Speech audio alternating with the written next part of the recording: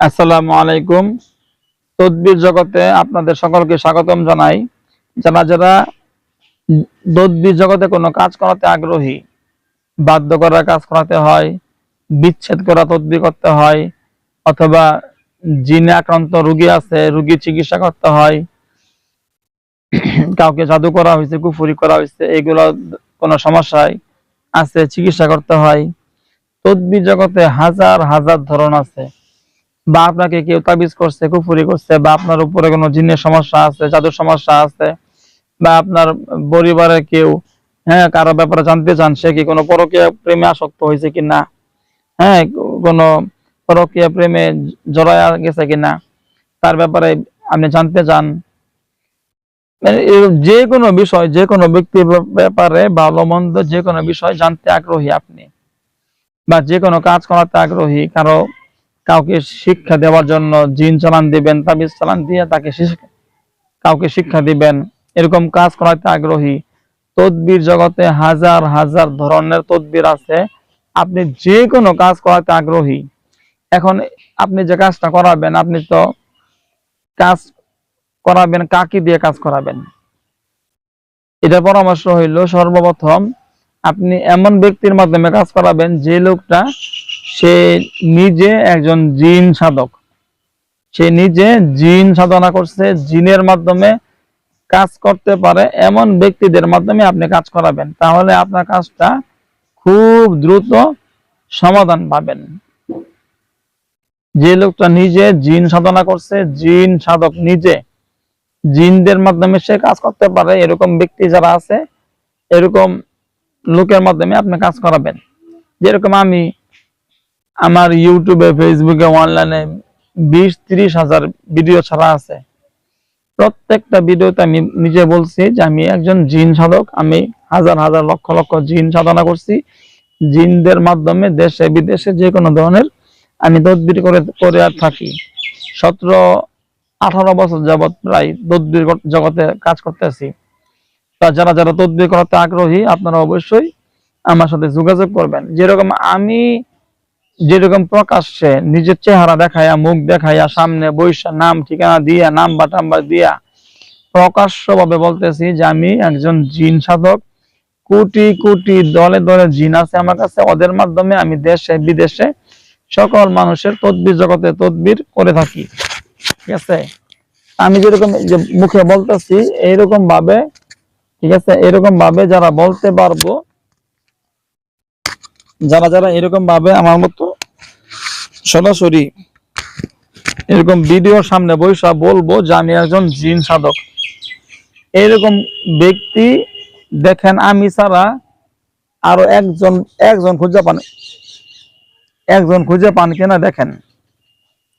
আপনার কাছে বলবো, কিন্তু আমি যেভাবে বলতেছি যে আমি সরাসরি একজন জিন সাধক, আমি জিনের মাধ্যমে দেশে বিদেশে সকল ধরনের আমি কাজ জিনদের মাধ্যমে করে থাকি, কাজ করতে পারি। যারা যারা কাজ করতে আগ্রহী, আপনারা অবশ্যই যোগাযোগ করেন। এই যেরকম ভাবে আমি বলতেছি, এরকম ভাবে বলতে পারে বা বলছে, এরকম একজন লোক কবিরাজ পাবেন না যারা প্রকাশ্যে ঘোষণা করবে যে সে নিজে একজন জিন সাধক। এরকম ভাবে প্রকাশ্যে ঘোষণা করব, এরকম ব্যক্তি নাই, একজনও নায়িকা। কারণ সত্যিকার অর্থে জিন সাধনা থাকতে হবে। আমি জিনদের সাথে কথা বলতে পারি, নিজে নিজে কথা বলতে পারি, জিনদেরকে আমি দেখতে পারি, ওদের মাধ্যমে আমি যে কোনো কাজ করাতে পারি, তাবিজ কবজ উঠাইতে পারি, তাবিজ কবজ নষ্ট করতে পারি। যে কোনো মানুষের উপরে কোনো বান মারা হয়েছে, কুফরি করা হয়েছে, 5-10 মিনিট সময়ের মধ্যে আলহামদুলিল্লাহ রোগী সুস্থ হয়ে যা। দীর্ঘদিনে জিনে আক্রান্ত রোগী, জাদুতে আক্রান্ত রোগী সুস্থ হয়ে যা। অনেক ডাক্তার আছে, বড় বড় মাপের ডাক্তার, ঢাকা, চিটাগাং বিভিন্ন বিভাগে অনেক বড় বড় ডাক্তার, প্রবাসে অনেক বাঙালি ডাক্তার আছে, বিভিন্ন জায়গায়। যে হুজুর, এই যে আমার একটা রোগী আছে, রোগীদের সাথে কথা বলেন, মানে তাদের কাছে হাসপাতালে ভর্তি, এরকম অনেক রোগী আছে হাসপাতালে ভর্তি, যে রোগীরা ধরেন 3 দিনের মধ্যে সুস্থ হবার কথা, 7 দিনে সুস্থ হয়ে যাওয়ার কথা, 2 দিনে সুস্থ হয়ে যাওয়ার কথা, অ্যাক্সিডেন্ট করছে বা অপারেশন করছে বা ওই শ্বাসকষ্ট সমস্যা, বিভিন্ন রকম সমস্যা থাকে না হাসপাতালে। অনেক রুগীরা আছে হাসপাতালে ভর্তি, হ্যাঁ, মানে যে রুগীটা 4-5 দিনে সুস্থ হয়ে যাওয়ার কথা, সে মাস হয়ে পার হয়ে গেল, 20 দিন 25 দিন হয়ে গেছে, 1-1.5 মাস 2 মাস হয়ে গেছে, তার গা শুকায় না, তার হাড় যে ভাঙ্গা বা অপারেশন করছে শুকায় না, গাও শুকায় না, ব্যথাও কমে না। ওই 1-1.5 মাস ধরেই ওই গাওটা কাঁচা রয়েছে, সেলাই করা কাঁচা, শুকায় না। এরকম অনেক রুগী আছে, মানে ভালো হচ্ছে না। পরে ওই জায়গার ডাক্তাররা অনেকে আছে, আমি তো অনেক ডাক্তাররা আছে আমার সাথে পরিচিত, মানে আমাকে দিয়ে তারা কাজ করাইছে, তারা ফলাফল পাইছে, এই জন্য তারা আমাকে বিশ্বাস করে। পরে রোগীরা বলে যে এই কবিরাজ হুজুর আছে, হুজুরের সাথে যোগাযোগ করেন, হুজুরের সাথে এই মতে বা হোয়াটসঅ্যাপে SMS করে রোগীর নাম ঠিকানা ছবি পাঠান, আর আমার কথা বলেন, আমি অমুক ডাক্তারের কথা বলেন, তাহলে গুরুত্ব সহকারে চিকিৎসা করবো, এরকম বলে আর কি। তো অনেক ডাক্তাররা আমার কাছে রুগী পাঠায় দেয়, হুজুর দেখেন যে রুগীটার নাম ঠিকানা দিলাম, ছবি দিলাম, এই পরীক্ষা দেওয়ার জন্য 1020 টাকা লাগে, যে টাকা দিলাম, হুজুর এটা পরীক্ষা দিয়ে দেখেন, পরে চিকিৎসা করেন। পরে চিকিৎসা করে ফেলাই, রুগী ভালো হয়ে যা। এরকম অনেক রুগী আছে ভাই, আইসিইউতে ভর্তি 15 দিন 20 দিন 3 মাস যাবত ভর্তি আইসিইউতে। এক এক দিনে প্রচুর পরিমাণ টাকা খরচ করতে হয়, অনেক টাকা খরচ, বেড ভাড়া, সিট ভাড়া লাগে, এত এত টাকা খরচ করে চিকিৎসা করতেছে, রুগী ভালো হয় না, রুগী ভালো হয় না, রুগী ভালো হয় না। ধরেন যে রুগী শ্বাসকষ্ট, না মুখ দেখাইতে পারে না, অনেক রুগী আছে, অনেক রুগী আছে যারা এরকম ভুক্তভোগী হয়েছে। এই জন্য বলি আপনাদেরকে, আপনারা প্রথম যখন চিকিৎসা নিবেন,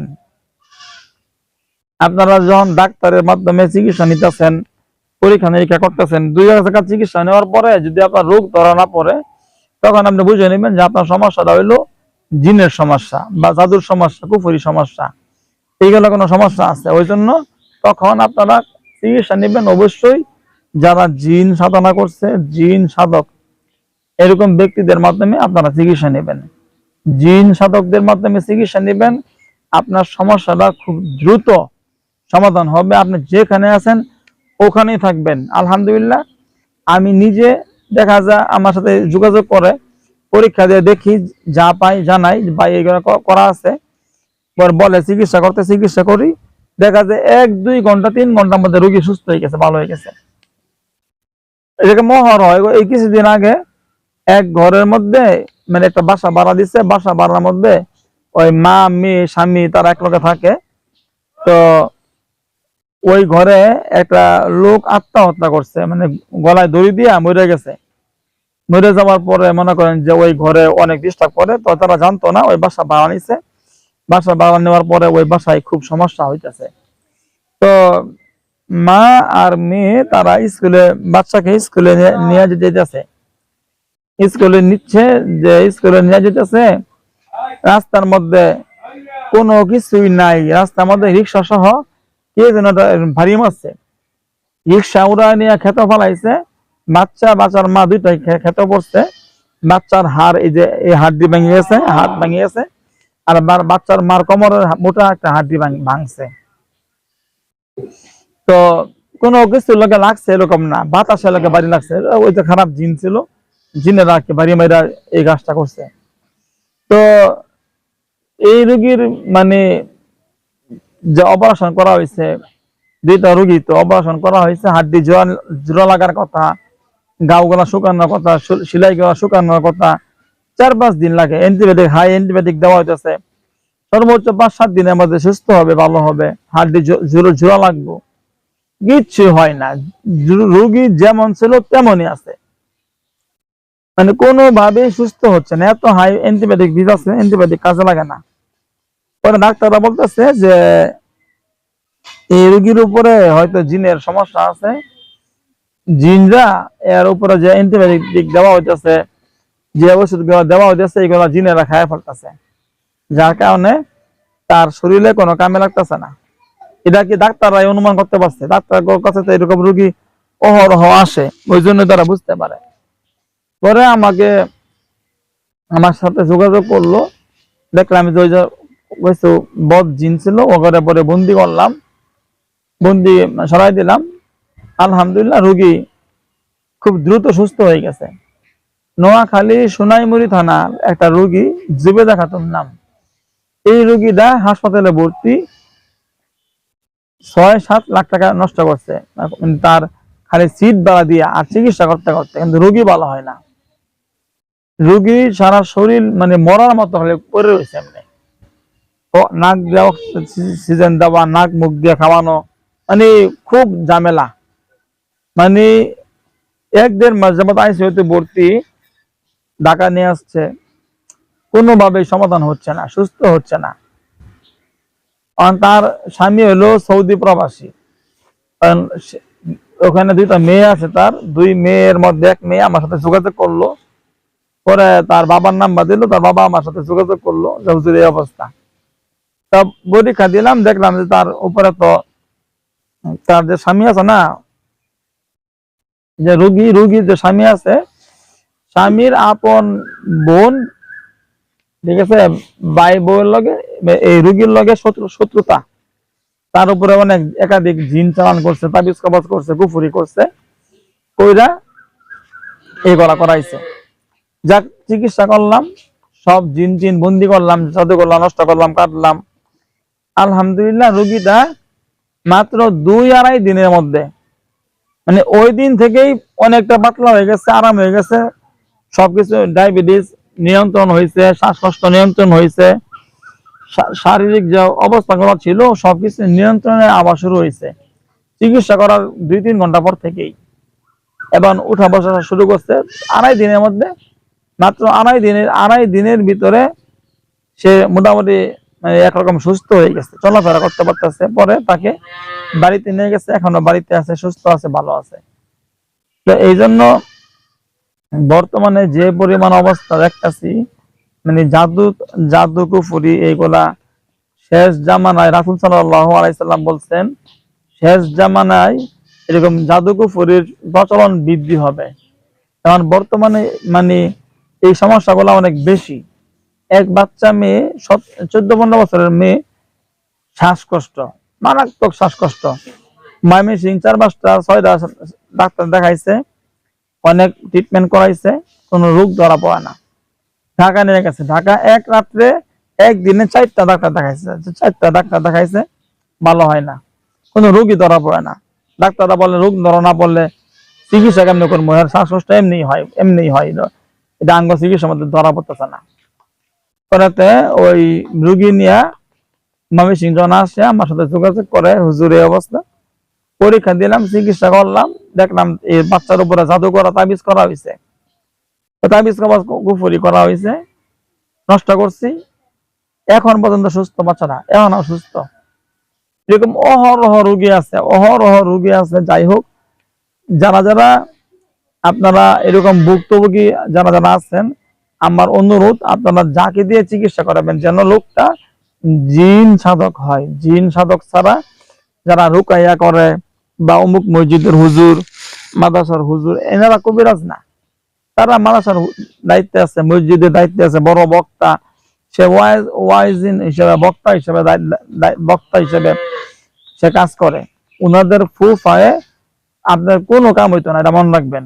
তবে বুজুর্গ মানুষ, যে লোকটা অনেক আল্লাহওয়ালা বুজুর্গ, তাদের কাছে দোয়া চাবেন, তাদের দোয়ার বিনিময়ে আল্লাহ ভালো করতে পারে। চিকিৎসা করতে হবে, চিকিৎসা সবার আগে করতে হবে, এটা মনে রাখবেন। চিকিৎসা না করলে রোগ ভালো হবে না।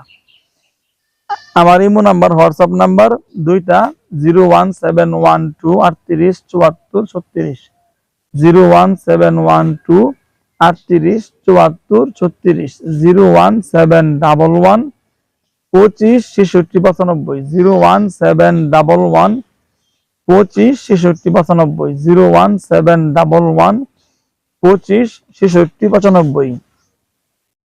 আমার ইমোতে অথবা হোয়াটসঅ্যাপে আপনারা SMS করবেন, ভয়েস করবেন। SMS করে, ভয়েস করে আপনার সমস্যা কথাগুলো বলবেন, আমি শুনবো, শুনে অবশ্যই আপনাকে উত্তর দেব। এভাবে ইনশাআল্লাহ যোগাযোগ করবেন, ডাইরেক্ট কল দিবেন না, ডাইরেক্ট কল রিসিভ করার সময় সুযোগ থাকে না। যেখান থেকে কথা বলতেছেন আপনি, যোগাযোগ করবা চাচ্ছেন, SMS করবেন, ভয়েস করবেন, ডাইরেক্ট কল দিবেন না, ডাইরেক্ট কল এলাও না।